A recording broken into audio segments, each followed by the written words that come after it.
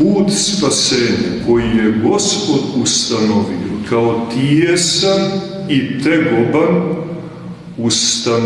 ustanovljen je i svesvetim primjerom Gospodnjim i njegovim svesvetim učenjem.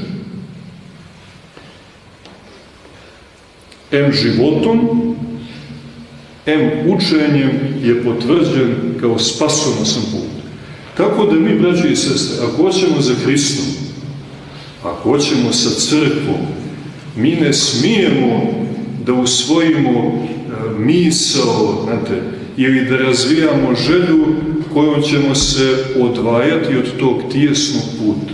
To je prosto zagarantovano. Jesi li krenuo ovim putem? Biće tijesno, biće nevolja, koju ću ja da dopuštam svojim promislom specijalno za tebe.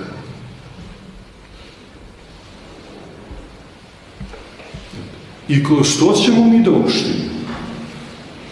Kroz stradanje, kako govori starac Emilijan, Simono Petrit, kaže: